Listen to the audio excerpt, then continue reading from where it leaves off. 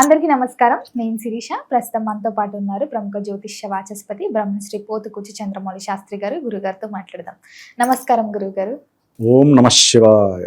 గురుగారు, ఈ మే 16న వైశాఖ అమావాస్య ముగింపుతో వైశాఖ మాసం అయిపోతుంది. సో ఈ 16 తారీఖు అమావాస్య ప్లస్ శనివారం ప్లస్ శని జయంతి కూడా కలిసి వస్తుంది. చాలా ద్వాదశ రాశుల వారికి చాలా మందికి అర్ధాష్టమ శని అని అష్టమ శని అని బాధపడుతూ ఉన్నారు.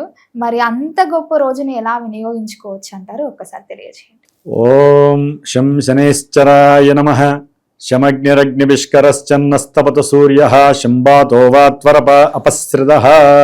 శనీశ్వరుడికి నమస్కరిస్తూ, శని జయంతి అంటే అమ్మ శనీశ్వరుని యొక్క పుట్టినరోజు, ప్లస్ అమావాస్యకి అధిపతి కూడా శని భగవానుడే. అంటే అమావాస్య అంటే అందరూ భయపడతారుగా. అవును, భయపడతారు. చాలా గ్రహాలంటే శని అంటే భయం. ఈజీగా వచ్చే మాట ఏదంటే ప్రతి వాళ్ళకి శని. కానీ గురుగారు, శని నేర్పిస్తాదంటారు కదా. యాక్చువల్లీ మనిషి శ్వాస పీల్చే దగ్గర నుంచి శ్వాస వదిలేంత వరకు కూడా శనీశ్వరుని యొక్క అనుగ్రహమే. ఎందుకంటే మృత్యువు ఆయనే, ప్రాణాన్ని నిలబెట్టేది ఆయనే. లయకారకత్వం అమ్మ అంటే మనకి ఈశ్వరుడు లయకారకుడు అంటారు కదా. ఆయన కూడా అందుకనే శనీశ్వరుడు కూడా లయంతో సమానము. మనిషి అసలు జన్మించడానికి అన్ని గ్రహాలు కారణమైతే జన్మించిన దగ్గర నుంచి మళ్ళీ మరణించేంత వరకు, చివరికి మరణం కూడా ఈయనతోనే లింక్ అయి ఉంటుంది. జననానికి ఈయన లింక్ ఉండదు. జన్మించిన దగ్గర నుంచి ఈయనతో లింక్ అయ్యి మరణం వరకు కంపల్సరీ ఈయనతో లింక్ ఉంటుంది. ఈ మధ్యలో ఈతి బాధలు అంటారమ్మా. మామూలు బాధలు వేరు, ఈతి బాధలు వేరు. అంటే అసలు అనుభవించలేని కష్టాలంటూ ఏవి ఉండవు వీళ్ళు. ప్రతి మనిషి ఏదో సందర్భంలో, ఇప్పుడు పరమ కోటీశ్వరుడైన వాడు కూడా ఏదో సందర్భంలో చిన్నప్పుడో ఒక వయసులోనో పూరుగొడుసులోనో సైకిల్ తొక్కో చదువుకోవడానికి ఇబ్బంది పడో, లేకపోతే తల్లిదండ్రుల గొడవల్లో వీరు సరిగ్గా ఎదగలేకపోవటమో, ఆర్థికపరమైనటువంటి అప్పుల బాధలు కానీ ఏదో రకంగా అతను అనుభవించి చిలగొట్టినట్టు అయిపోయి అతను స్వయం కృషితో ప్రపంచంలో లోకంలో ఉన్నటువంటి అందరినీ అవగాహన చేసుకొని తనంతట తను స్వయం కృషితో ఒక ప్రణాళికాబద్ధమైనటువంటి మంచి ఆలోచనలతో తనకున్నటువంటి పూర్వజన్మ పుణ్యకృతాన్ని మూట కట్టుకొని నేను ఏ విధంగా వెళితే నేను వృద్ధిలోకి వస్తాను, స్వయం కృషికి మారుపేరు, క్రమశిక్షణకి మారుపేరు శని భగవానుడు. అందుకనే మనకి పశ్చిమ దేశాలు, మనది తూర్పు దేశం, మనకి పశ్చిమ దేశాలు ఏమేంటి, వేరే స్టేట్స్ చాలా ఉన్నాయి. అసలు ఏ దేశమైనా సరే, ముఖ్యంగా అమెరికా పశ్చిమ దేశం, మనకి వెస్ట్ సైడ్ దేశాలు, వెస్ట్ కంట్రీస్ అంటారు. మరి పశ్చిమ భాగానికి అధిపతి ఎవరయ్యా అంటే శని భగవానుడు. అందుకని అంత క్రమశిక్షణగా ఉంటాయి అక్కడ రూల్స్. చూడండి, చాలా సిస్టమేటిక్గా ఉంటాయి. అట్లాగే మనిషి క్రమశిక్షణతో గనక మెలిగి బద్ధకాన్ని వదిలిపెట్టి సవ్యంగా సరైనటువంటి సిస్టమేటిక్గా ఒక పద్ధతిగా గనక తన జీవితాన్ని మరల్చుకుంటే గనక అటువంటి వాడు శనీశ్వరుడికి అత్యంత ప్రీతికరమైనటువంటి వ్యక్తిగా చెప్పుకోవాలి. ఇప్పుడు మనల్ని పరిపాలిస్తున్నటువంటి పెద్ద పెద్ద నాయకులు చాలామంది గొప్ప వాళ్ళు ఉంటారు, ప్రణాళికబద్ధంగా. వాళ్ళందరూ శనీశ్వరుడికి ప్రీతికరమైనటువంటి వ్యక్తులు. మరి అలాంటి శని భగవానుడు పుట్టినటువంటి రోజు ప్లస్ అమావాస్య అవ్వటము, అందులో శనివారం అవ్వటం. శనివారం అందరూ చాలామంది మనకి ఏలినాడు శని ప్రభావం ఉన్నటువంటి వాళ్ళు, అష్టమ శని ప్రభావం ఉన్నటువంటి వాళ్ళు, అర్ధాష్టమ శని ప్రభావం ఉన్నటువంటి వాళ్ళందరూ కూడా శని భగవానుడు చుట్టూ ప్రదక్షిణాలు చేయటము, దీపారాధనలు చేయటము, నాయన మా సమస్యలు విడనాడాలని కొంతమంది పూజలు చేసుకుంటారు, కొంతమంది దానాలు చేసుకుంటారు, జపాలు చేయిస్తారు, కొంతమంది ఏదైనా భేదావికులకి దాన ధర్మాదులు చేస్తారు, అన్నసమారాధనలు అన్నదానాలు చేస్తారు. ఇట్లా ఎవరికి తోచిన పద్ధతిలో వాళ్ళు చేస్తూనే ఉంటారు. అంటే అమ్మ, ఇటు పచ్చిగా నిత్యము కూడా తాగేటటువంటి వారు ఉంటారు చూసారా, పచ్చిగా రోజు తాగుతూ ఉంటారు. వాళ్ళందరూ కూడా శని యొక్క అధీనంలో ఉండేటటువంటి వాళ్ళే. మరి వాళ్ళకి అనారోగ్యాలు ఎలా వస్తాయి? ఏదో ఒక దారి చూపించాలిగా. లోపల మనకి ఎన్నో అవయవాలు ఉంటాయి. అవయవాల్లో ఏదో అవయవం పాడవ్వాలంటే పుట్టినప్పుడు జాతకంలో ఈ శని భగవానుడు ఎక్కడో అక్కడ ఉండి ఏదో స్థానాల్ని చూస్తూ ఉంటాడు. ఆయన ఒకవేళ అష్టమ స్థానంలో ఉండి శని భగవానుడు ఏదో ఒక స్థానాల్ని చూశాడు అనుకోండి, ఆ శని యొక్క అంతర్దశలో దశలో విదశలో వచ్చినప్పుడు సమస్యని పరిపూర్ణంగా తీసేస్తాడు. అంటే ఆపరేషన్ చేయటమో లేకపోతే మనిషి ప్రమాదానికి లోనవ్వటమో, అది మామూలు ప్రమాదం కావచ్చు బహిర్గతంగా, లోపల ఇన్నర్ ఆర్గాన్స్ ఏదైనా సరే నశించి పూర్తిగా మనిషిని తీసేసుకెళ్లే శక్తి ఇన్ఫినిటీ అంటారు ఆయన, శూన్యము. ఇన్ఫినిటీ ఐడియా ఉంది కదా, దానికంటూ ఆది అంతము ఉండదు. మరి శివలింగానికి కూడా అంతే కదా, శివుడు కూడా అంతే. అందుకనే లయంలో ఈ శివుడికి ఎంత ప్రాధాన్యత ఉందో మనల్ని ఏలే దాంట్లో శని భగవానుడికి కూడా అంతే ఉంది. ఎందుకంటే శని భగవానుడికి శివుడు విష్ణుమూర్తి అదేం లేదమ్మా, సృష్టించింది భగవంతుడే, ఈశ్వరుడే. నువ్వు ఈ పనులు చేయమన్నది ఆయనే, ఆయన కమాండ్ చేసేది ఈశ్వరుడే. కానీ శని భగవానుడి దగ్గర ఎవరైనా ఒకటే అనేటటువంటి తత్వం ఉంటుంది, మహానుభావుడు ఆయన. అందుకనే ముఖ్యంగా దొంగతనాలు చేసేవాళ్ళకి, లేకపోతే ఎవరినైనా బాధ పెట్టేవాళ్ళు, మానసికంగా బాధ పెట్టే వాళ్ళకి, ఈ కింద పనిచేసే వాళ్ళు ఉంటారు మనకి, జిహెచ్ఎంసీలో పనిచేసేవాళ్ళు, మురికి కాలువలు మురికి గుంటలు పనిచేసేటటువంటి వాళ్ళు, అట్లాగే రోడ్లు ఊడ్చేటటువంటి వాళ్ళు, ఇంకా పాయిఖానా క్లీన్ చేసేవాళ్ళు, ఇట్లా ఎవరైతే ఉంటారో వాళ్ళందరూ కూడా ఎక్కువగా శని భగవానుడి యొక్క ఆజ్ఞలో అధీనంలో ఉండేటటువంటి వాళ్ళే. అంటే కర్మలు పోయిన జన్మలో ఏ కర్మ చేసుకున్నారో వాళ్ళు ఈ జన్మలో యాక్చువల్లీ ఒక రకంగా గవర్నమెంట్ జాబ్స్ చేస్తున్నట్టేగా. అవును గురువుగారు. వాళ్ళు నెల వచ్చేసరికి 30,000 రావచ్చు, 60,000 రావచ్చు. దాంట్లో వాళ్ళ స్థానంలో మళ్ళీ గొప్పవాడు ఉంటాడు, వాడు కూడా దీనికి సంబంధించిన వాడే, శని భగవానుడికి. జిహెచ్ఎంసీ అంటేనే దానికి సంబంధించిన వాళ్ళు. కాబట్టి అంతటి గొప్ప వాళ్ళని చేసేవాడు శని భగవానుడే. అలా తుచ్చమైనటువంటి పనులు చేయించేవాడు కూడా ఆయనే ఉంటాడు. కాబట్టి మరి ఈ శని భగవానుడు ప్లస్ అమావాస్య రోజు కొంతమంది పుట్టిన వాళ్ళు ఉంటారమ్మా. అమావాస్య రోజున పుడితే వాళ్ళకి మానసికంగా వైకల్యం ఎక్కువగా ఉంటుంది. చంద్రుడు బలహీనంగా ఉంటాడు కదా, మరి అమావాస్యకి చాలా బలంగా ఉంటాడు, అంటే మానసికంగా పనిచేయదు వాళ్ళకి. కానీ గురుగారు అమావాస్య రోజు ఆడపిల్లలు పుడితే కూడా అదృష్టం అంటే అది ఒకప్పుడు ఏంటంటే అమ్మా, ఆడపిల్లలకి పెళ్ళిళ్ళు కావు అనే ఉద్దేశంతో అమావాస్య రోజు ఆడపిల్ల పుడితే లక్ష్మీదేవి పుట్టిందంటే పెళ్ళిళ్ళు చేసుకునే వాళ్ళు ఇష్టపడి చేసుకుంటారు. అమావాస్య అంటే దోషం అని తెలుసు అందరికీ, అమావాస్య దోషం అని తెలుసు. అందుకని అమావాస్య రోజు లక్ష్మీదేవిని పూజిస్తారు ప్రత్యేకించి. అవును, లక్ష్మీదేవిని ఎందుకు పూజిస్తారు? పూజించకపోతే జ్యేష్ఠాదేవి కదా, శని భగవానుడి యొక్క భార్య కదమ్మా జ్యేష్ఠాదేవి. అవునవును, అవునా? అందుకని లక్ష్మీదేవిని పూజించి కాస్త మనసుని ప్రశాంతత చేసుకుంటారు డబ్బు కోసం అని. లక్ష్మీదేవిని పూజించడం వల్ల జ్యేష్ఠదేవి వెళ్ళిపోతుంది. ఇది కరెక్ట్. చేయకపోతే ఏమవుతుంది? చేయకపోతే గుమ్మడికాయలు ఎందుకు కొడతారు? దిష్టి దోషాలు పోవడానికి. అంటే ఆ నెగిటివ్ ఎఫెక్ట్స్ని తట్టుకోవటానికి, మన మనసుని ప్రశాంతంగా ఉంచుకోవటానికి, మనకి ఎటువంటి ఇబ్బందులు కలగకుండా ఉండటానికి అమావాస్య రోజున చాలామంది వైవిధ్యకరమైనటువంటి పూజలు చేస్తారు.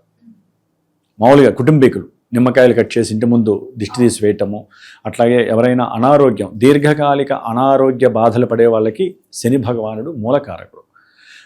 ఒక రోగం వచ్చిందంటే చాలా సంవత్సరాలు కంటిన్యూటీగా ఉండి కానీ తగ్గదు. ఆయన దశే 19 సంవత్సరాలమ్మా, 19 సంవత్సరాలు శని మహర్దశ. కాబట్టి శని మహర్దశ వచ్చినప్పుడు ఆయనకి ఒక్కొక్క గ్రహంతో ఒక్కొక్క లింక్ ఉంటుంది. ఒకవేళ శని భగవానుడికి జాతకంలో రవితో సంబంధం ఉంటే తండ్రితో పితృవియోగము, పితృదోషాలు కలుగుతాయి. శనికి చంద్రుడితో కలిస్తే మాతృపరమైనటువంటి సరైనటువంటి ఆనందకరమైన జీవితం దొరక్కపోవచ్చు. అట్లాగే వీళ్ళకి ఏ పని చేసినా కంఫర్ట్ ఉండదు, ఏ పని చేయాలన్నా 1కి 10 సార్లు చేస్తే కానీ వీళ్ళకి పని జరగదు. అంటే శని ఆలస్యకారకుడు కదా, ఓ పట్టాన ఏ పని కూడా తొందరగా కానివ్వడు. శని కుజుడితో చేస్తే ప్రమాదాలు, విఘాతాలు, గొడవలు, కొట్లాటలు, అన్నదమ్ముల మధ్య సమస్యలు, భూ సమస్యలు. ఎందుకంటే శని నిదానస్తుడు, కుజుడు ఫాస్ట్గా ఉంటాడు. కాబట్టి ఈ శని కుజులు కలిస్తే అన్నీ వైపరీత్యమైనటువంటి దోషాలు ఆల్రెడీ మనం అనుభవిస్తూనే ఉన్నాం ప్రపంచవ్యాప్తంగా. శని బుధుడితో కలిస్తే అంటే వాళ్ళు మిత్రుల శత్రువుల తర్వాత విషయం అమ్మ, బుద్ధి మందగిస్తుంది, చేసే పని యందు సరిగ్గా ప్రణాళికలు ఉండవు. ఒకవైపు వెళ్ళాలనుకున్నవాడు ఇంకో వైపు వెళ్ళిపోతూ ఉంటాడు. వ్యాపారంలో కొంచెం నష్టాలు క్రియేట్ చేసేటటువంటి పరిస్థితి, ఇవి సామాన్యంగా జరిగేవమ్మ. శని గురుడితో కలిస్తే పుత్ర నష్టము, సంతానపరంగా విహీనత్వము, సంతానం లేకపోవటము, సంతానపరంగా ఏదో ఒక రకమైనటువంటి సమస్య, ఆర్థికపరమైనటువంటి ఇబ్బందులు. అంటే ఆ జాతకంలో మళ్ళీ ఈ గ్రహాలు ఏ ఏ భావాలకి ఆధిపత్యం పడితే వాళ్ళిద్దరు కలిసినా, వాళ్ళిద్దరు ఒకరికొకరు చూసుకున్నా, ఒకళ్ళ నక్షత్రాలు ఒకళ్ళున్నా జాతకాన్ని బట్టి మళ్ళీ మేళవింపు వేరే ఉంటుంది. కాకపోతే ఏంటంటే మనం ప్రాక్టికల్గా ఈ శని గురులు కలిసి ఉంటే ఈ విధమైనటువంటి దోషాలు ఉంటాయి. ఇక శని ప్లస్ రాహువు ఇక మహానుభావులు ఇద్దరు ఫ్రెండ్స్. ఆల్రెడీ రాహు ఇప్పుడు కుంభరాశిలో ఉండి వీళ్ళందరికీ జాక్పాటు. ఏది కుంభరాశి, మీనరాశి, మేషరాశి వారికి శని దోషంతో పాటుగా రాహువు కూడా ఉన్నాడుగా. శని రాహువులు మిత్రులు కాబట్టి ఒక రకంగా చెప్పాలంటే ఇంత ఎఫెక్ట్ కాక ఇంత ఎఫెక్ట్ అవుతుంది వాళ్ళకి. ఇద్దరిని మేనేజ్ చేసుకోవాలి. ఏ పూజ చేయాలన్నా శని రాహులు ఇద్దరికి జపం చేయించాల్సిందే, ఇద్దరికి దానాలు ఇవ్వాల్సిందే, ఇద్దరికి మృత్యుంజయ జపం చేయాల్సిందే. ఎందుకంటే రాహువు శనింట్లో ఉన్నప్పుడు రాహు మహర్దశ జరుగుతున్నా, శని మహర్దశలు జరుగుతున్నా, అంతర్దశలు జరుగుతున్నా ఇద్దరిని ఆరాధించాల్సిందే. రాహు వాళ్ళ ఇంట్లో ఉన్నాడు కాబట్టి, రాహు ఎవరింట్లో ఉంటే వాళ్ళ ఫలితాలను ఇస్తాడు కాబట్టి అదే శని కేతువుతో కలిస్తే వైరాగ్యకరమైనటువంటి జీవితం కొంతమందికి లభిస్తుంది. కొంతమందికి ఇది ఒక అపమృత్యు దోషం కూడా అమ్మ. శనికి కేతువుకి పడదు, మృత్యు దోషాలు అధికంగా ఉంటాయి. ఈ విధంగా శనితో ఏ గ్రహానికైతే లింక్ ఉంటుందో ఏ రకంగానైనా సరే, మనకి చతుస్సంబంధం అని ఉంటుందిలేమ్మ, ఏ విధంగా ఉన్నా కూడా అవన్నీ కూడా శనికి లింక్ అయితే ఆలస్యం. ఇప్పుడు కొంతమంది గృహపరమైనటువంటి భూ సంబంధితమైనటువంటి ఇష్యూస్లో కోర్టు కేసులు ఉంటాయి. అవి పట్టాన సాగవు, అవి కొన్ని సంవత్సరాలు గడుస్తాయి. మరి తొందరగా అయిపోవాలిగా, అవో. ఎందుకంటే ఈ శని యొక్క ఎఫెక్ట్ ఉంటేనే అవన్నీ జరుగుతాయి. అది ఎప్పుడు రన్నింగ్లోకి వస్తాయి అవన్నీ? ఏలినాడు శనిలో కానీ అష్టమ శనిలో కొంతమందికి ప్రమాదాలు జరుగుతాయి. అప్పటిదాకా బాగానే ఉంటారు, ప్రమాదాలు ఎందుకు జరుగుతాయి? అష్టమ శనిలో జరుగుతాయి. కొంతమంది మృత్యువు దాకా వెళ్ళిపోతారు, బయటకు వస్తారు జాతకంలో ఎక్కడైనా అనుకూలతలు ఉంటాయి, లేకపోతే మృత్యువు యొక్క లోగిలోకి వెళ్ళిపోతారు వాళ్ళు.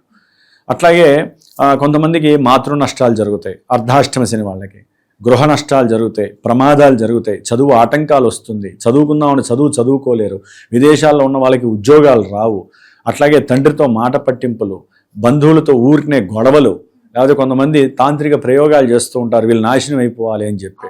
అలాంటి ప్రయోగాలు ఇప్పుడు రాహు కూడా శనింట్లో ఉన్నాడు కదా, ఇంకా మోస్ట్ ఎఫెక్టివ్గా ఉంటుంది. ఇవన్నీ ఏ సందర్భాల్లో బయటకు వస్తాయమ్మా? ఏలినాడు శనిలో ఇవి జరుగుతున్నప్పుడే ఆయన కర్మని అంటే కర్మ పరిత్యాగం చేయడానికి ఆయన మనకి అవన్నీ చూపిస్తూ ఉంటాడు ఫ్రేమ్లో. అంటే శని భగవానుడు ప్రతి ఒక్కరూ కూడా మిగతా గ్రహాలను తలుచుకోరు ఎక్కువ. నాకు శని పట్టింది. శని పట్టేది ఏంటి? శని కన్నా గొప్ప వాళ్ళం మనమే ఆయన పడుతున్నాం, ఆయన మనల్ని పట్టడు. శని పట్టడమ్మా. ఆయన మనకి ఏది చూపించాలో అది చూపిస్తూ ఉంటాడు. ఆ సమయంలోనే మనం కర్మని అనుభవిస్తూ, ఆయన ఇచ్చిన కర్మలను అనుభవిస్తూ దైవారాధనలు చేయాలి, దైవ పూజలు చేయాలి. అవి చేస్తూనే గ్రహశాంతి చేసుకోవాలి. అమ్మ మనల్ని ఎవరైనా ఇబ్బంది పెడుతూ ఉంటారమ్మా. మనం ఇంట్లో కూర్చొని పూజ చేస్తే ఆయన ఊరుకుంటాడా? వచ్చే పూజ చేసేవాడిని కూడా తన్నేస్తాడు, లేదా డిస్టర్బ్ చేసేస్తాడు.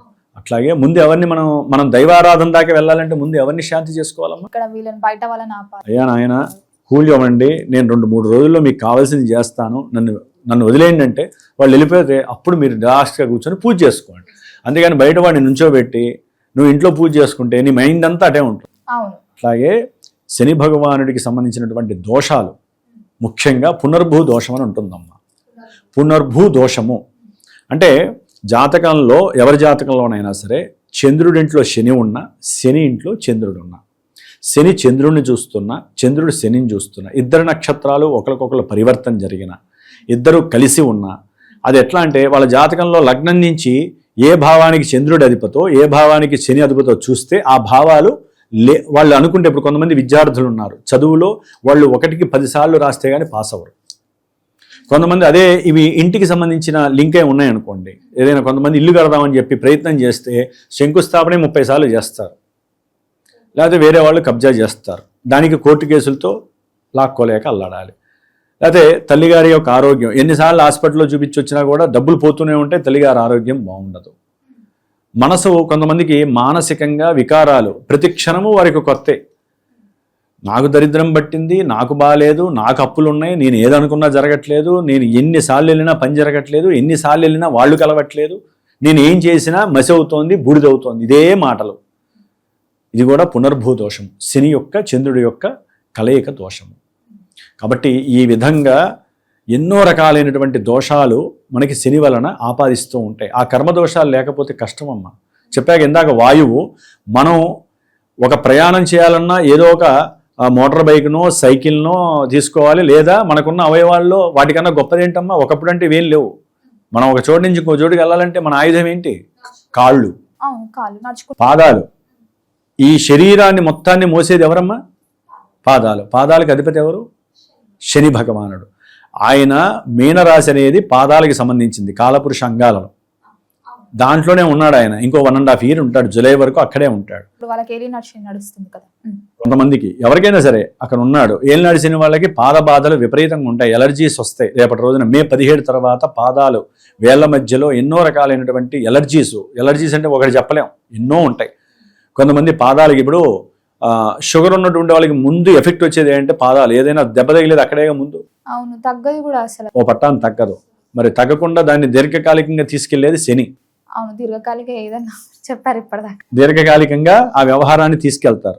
కాబట్టి పాదాలు మనల్ని మోస్తూ, ఏ విధంగా అయితే మనల్ని వాయువు ద్వారా ఆయన మనల్ని రక్షిస్తున్నాడో, పాదాల ద్వారా ఒక చోటు నుంచి ఒకరికి తీసుకెళ్తున్నాడు. మన శరీరాన్ని మొత్తాన్ని ఆయనే మోస్తున్నాడు. మనం ఏ పని చేయాలన్నా కూడా ఆయన అనుగ్రహంతోనే చేస్తున్నట్టే కదమ్మా. మనం పడుకున్నా కూడా ఆయన మనల్ని రక్షిస్తూనే ఉంటాడుగా. ప్రాణం వెళ్తూనే ఉంటుంది, లోపలికి వెళ్తుంది, చెడుని బయటికి తీసేస్తారు, కార్బన్ డైఆక్సైడ్.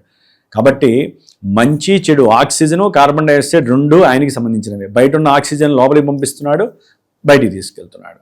కాబట్టి ఇంత గొప్ప లక్షణాలు ఉన్నటువంటి శని భగవానుడి యొక్క శని జయంతి రేపు మే 16వ తేదీన అమావాస్య శనివారం రోజున రావటం అత్యంత ఉత్కృష్టకరము. ఈ రోజున కుంభరాశి వారు, మీనరాశి వారు, మేషరాశి, ఈ 3 రాశుల వారు ఏలినాటి శని ప్రాతినిధ్యం. అష్టమ శని సింహరాశి వారు, కంటక వేధాశని అంటారు ఎవరు, కన్యారాశి వారు. సప్తమంలో శని ఉన్నాడు, కన్యారాశి. ధనురాశి అర్ధాష్టమ శని. ఈ రాశుల వారితో పాటుగా శని నక్షత్రాల వారు ఉంటారు. శనికి 3 నక్షత్రాలు ఉంటాయి. పుష్యమి, మనకి పుష్యమి, అనురాధ, ఉత్తరాభద్ర. ఈ 3 నక్షత్రాలకి సంబంధించిన వాళ్ళు ఎవరన్నా ఉన్నా కూడా వాళ్ళు కూడా శనికి లింకే ఉంటారు. వాళ్ళు ఏదనుకున్నా లేట్ అవటము, కానీ చేసేది పర్ఫెక్ట్గా చేస్తారు. జాతకంలో ఈయన యోగిస్తే, లేకపోతే అన్ని ఫెయిల్యూర్సే. ఫెయిల్యూర్కి మాటే శని భగవానుడు. అవి ఎప్పుడంటే ఇవన్నీ వచ్చినప్పుడు. ఇంకొకటి మకర కుంభరాశులు. ఇవి ప్రతి మనిషికి కూడా మకరము అనేటటువంటిది కర్మస్థానము, 11 అనేది అభీష్ట స్థానం. మనం ఏదైనా సరే ఒక పనిని చేస్తేనే, కర్మ అంటే ఏంటమ్మా పని. నేను ఇప్పుడు మాట్లాడితేనే కదా ఎవరైనా విని చూసి మళ్ళీ నాకు ఎవరైనా ఫోన్ చేయగలిగేది. అంటే ఇదంతా కర్మేగా. నేను పీలుస్తున్నానంటే కర్మ, చేత్తో ఏదైనా పట్టుకున్నానంటే కర్మ, ప్రతిదీ కర్మే. ఆ కర్మకి స్థానం అధిపతి మకరం, మకరానికి అధిపతి శని. మనం ఏదైనా ఒక కోరిక అనుకుంటాం, ఎవరికైనా దాన ధర్మాలు చేయాలన్నా, మన కోరిక సిద్ధించాలన్నా, ఉద్యోగాల్లో ప్రమోషన్స్ రావాలన్నా, లేకపోతే స్నేహితులు అనేటటువంటి వాళ్ళు ఎవరన్నా ఉండాలన్నా, స్నేహితులు మనకి సహాయం చేయాలన్నా, వీటన్నిటికీ కూడా కుంభరాశి అధిపతి. మరి ఈ మకర కుంభరాశులు రెండింటికి అధిపతి శని భగవానుడు. మరి ఈయన ఇప్పుడు జలరాశిలో ఉండి ఇందాక చెప్పినటువంటి ఈ రాశుల వాళ్ళు, ఈ నక్షత్రాల వాళ్ళు, అన్నిటికన్నా ముఖ్యంగా అమ్మ మనకి నక్షత్ర పద్ధతిలో మనకి వింశోత్తరి దశలు అని ఉంటాయి. అంటే నేనేం చెప్తాను, రాశులు కాదండి, దశలు అంతర్దశలనే మనకి కమాండ్ చేస్తాయని చెబుతాం. అవునా? అంటే శని మహర్దశ కానీ, శని అంతర్దశ కానీ, శని విదశలు కానీ, ఈ దశలు జరుగుతున్నా, ఈ దశలు ఎవరి జాతకంలోనైనా సరే పాపభూయిష్టమైనటువంటి ఆధిపత్యాలు కానీ, వాళ్ళు పాపస్థానంలో శని ఉన్నా కూడా దానికి సంబంధించినటువంటి రిలేటెడ్ ఇష్యూస్ అన్నీ ఇప్పుడు బయటకు వస్తాయి.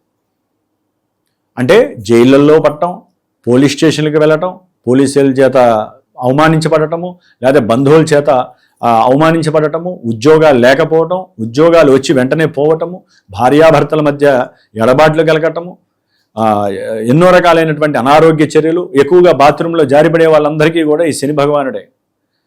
నాకు తెలిసి పోయిన సంవత్సరం మార్చి నుంచి మళ్ళీ వచ్చే జూలై వరకు కూడా చాలామందికి ఈ ఏలినాటి శని ప్రభావంలో ఉన్న వాళ్ళకి సమస్యలు వస్తాయి. ఇప్పుడు మే 17 తర్వాత వ్యాపార పరంగా పెట్టుబడులు పెట్టిన వాళ్ళకి చాలా చాలా నష్టాలు వచ్చే అవకాశాలు ఉంటాయి. పెద్ద పెద్ద బిజినెస్ మ్యాగ్నెట్స్ ఎంతోమంది జైల్లోకి వెళ్ళేటటువంటి అవకాశాలు కూడా ఉన్నాయి. రాజకీయ నాయకుల్లో ఎంతోమంది ఫ్రాడ్ చేశారని చెప్పి కూడా తీసుకువెళ్ళి పడేసే అవకాశాలు ఉన్నాయి. లాయర్ల మీద ఎఫెక్ట్స్ వస్తాయి, వ్యాపారాలు చేసే వాళ్ళ మీద ఎఫెక్ట్స్ వస్తాయి, వైద్య రంగంలో ఉన్నటువంటి వాళ్ళకి ఎఫెక్ట్స్ వస్తాయి. ఎందుకంటే శని ఈ బుధ నక్షత్రంలో 2-3 నెలలు ఉంటాడు. ఈ 2-3 నెలలు కూడా ఎన్నో రకాలైనటువంటి చర్మ సంబంధిత దోషాలు వస్తాయి. ఎంతోమందికి బుద్ధి వికసితం కాక బుద్ధి లోపత్వం వస్తుంది, బుద్ధి మాంద్యం వస్తుంది. కొంతమంది ఈ రాశులు, ఈ నక్షత్రాలు ఇందా చెప్పిన వాళ్ళకి ఏంటంటే దశలు అంతర్దశలు జరుగుతున్న వాళ్ళకి జాతకాలలో యోగిస్తే మటుకు వ్యాపారంలో లాభాలు వస్తాయి. కొంతమంది విదేశాలకు వెళ్తారు, విదేశాల్లో ప్రాఫిట్స్ వస్తాయి. అనుకూలతను బట్టి. కొంతమందికి అయితే బుద్ధి మాంద్యం వస్తుంది, చదువుకున్నవాడు సరైన సమయంలో చదువుని ఎగ్జామ్స్ రాయలేడు. కాబట్టి ఇన్ని దోషాలు ఉన్నటువంటి ఈ శనిగ్రహ బాధలు పీడలు పడుతున్నటువంటి వాళ్ళందరూ కూడా ఎట్టి పరిస్థితుల్లో ఇవన్నీ వదిలేసేయండి. నెగిటివ్నెస్లు, మాకు శుభం జరగాలి, శనీశ్వరుని యొక్క అనుగ్రహం కలగాలి అనుకుంటే ఆ రోజున ప్రాతకాలం శన్యూష కాలం అని ఉంటుందమ్మా. 4:50 నుంచి సూర్యోదయానికి వరకు కూడా. మార్నింగ్ సూర్యోదయానికి ముందు ఒక 3 గడియలు, 1:20 నిమిషాలు. ఈ 1:20 నిమిషాల్లో వాళ్ళు చక్కగా శిరస్నానం చేసి, చక్కగా నువ్వుల నూనె రాసేసుకొని శిరస్నానం పైనుంచి కూడా శిరస్నానాన్ని చేసి, వాళ్ళ ఇంట్లో అయినా సరే కింద ఉప్పేసేసేసి, వాళ్ళకి కనుక ఒక విస్త్రాకి ఏదైనా పెట్టేసేసి, అరిటాకి వేసేసి దాంట్లో ఉప్పు 1 కిలోంబా ఉప్పేసి, కల్లుప్పేసి దానిపైన నల్లటి పాత్ర ఏదైనా పెట్టేసేసి ఒత్తులు 19 ఒత్తులు కలిపి దాంట్లో వేసేసి. 19 గురుగారు? ఆయన సంఖ్య 19 అమ్మా. శని భగవానుడి యొక్క సంఖ్య మామూలుగా 8 న్యూమరాలజీ ప్రకారం, కానీ ఆయన యొక్క జప సంఖ్య 19,000 సార్లు కాబట్టి మేము 19ని తీసుకుంటాం, 19ని తీసుకొస్తాం. కాబట్టి 19 ఒత్తులు చుట్టూ వేసేసి, లేదా 19 ఒత్తులు కలిపి పశ్చిమానికి చక్కగా ఒక ఒత్తిగా వేసి, నువ్వుల నూనె పోసి, ఒక రూపాయి కాయను చక్కగా ఇట్లా ఆపోజిట్ ప్లస్ యాంగులర్గా తీసేసి దాన్ని తీసుకెళ్ళి ఆ నువ్వుల నూనె వేసి నమస్కారం చేసుకొని ప్రార్థన చేసుకొని, పశ్చిమం గోడ ఉంటే కనుక పశ్చిమం గోడ పైన వీలుంటే శనీశ్వరుడికి సంబంధించినటువంటి ఒక ఆకారం ఉంటుంది, విల్లు ఆకారంలాగా, బాణం ఆకారంలాగా. మనకున్న నవగ్రహాలకి సూర్యుడికి రౌండు, చంద్రుడికి చతురస్రము, గురుడికి దీర్ఘ చతురస్రము, రాహుకి చేటాకారం, ఇట్లా ఉన్నట్టుగా శని భగవానుడికి కూడా మనకి ధనస్సు ఆకారంలో ఉంటుందన్నమాట. కాబట్టి దాన్ని పెట్టుకొని ఈ దీపారాధన వెలిగించిన తర్వాత ప్రశాంతంగా ఆ దీపం కూడా అక్కడే పెట్టాలి, పశ్చిమంలో.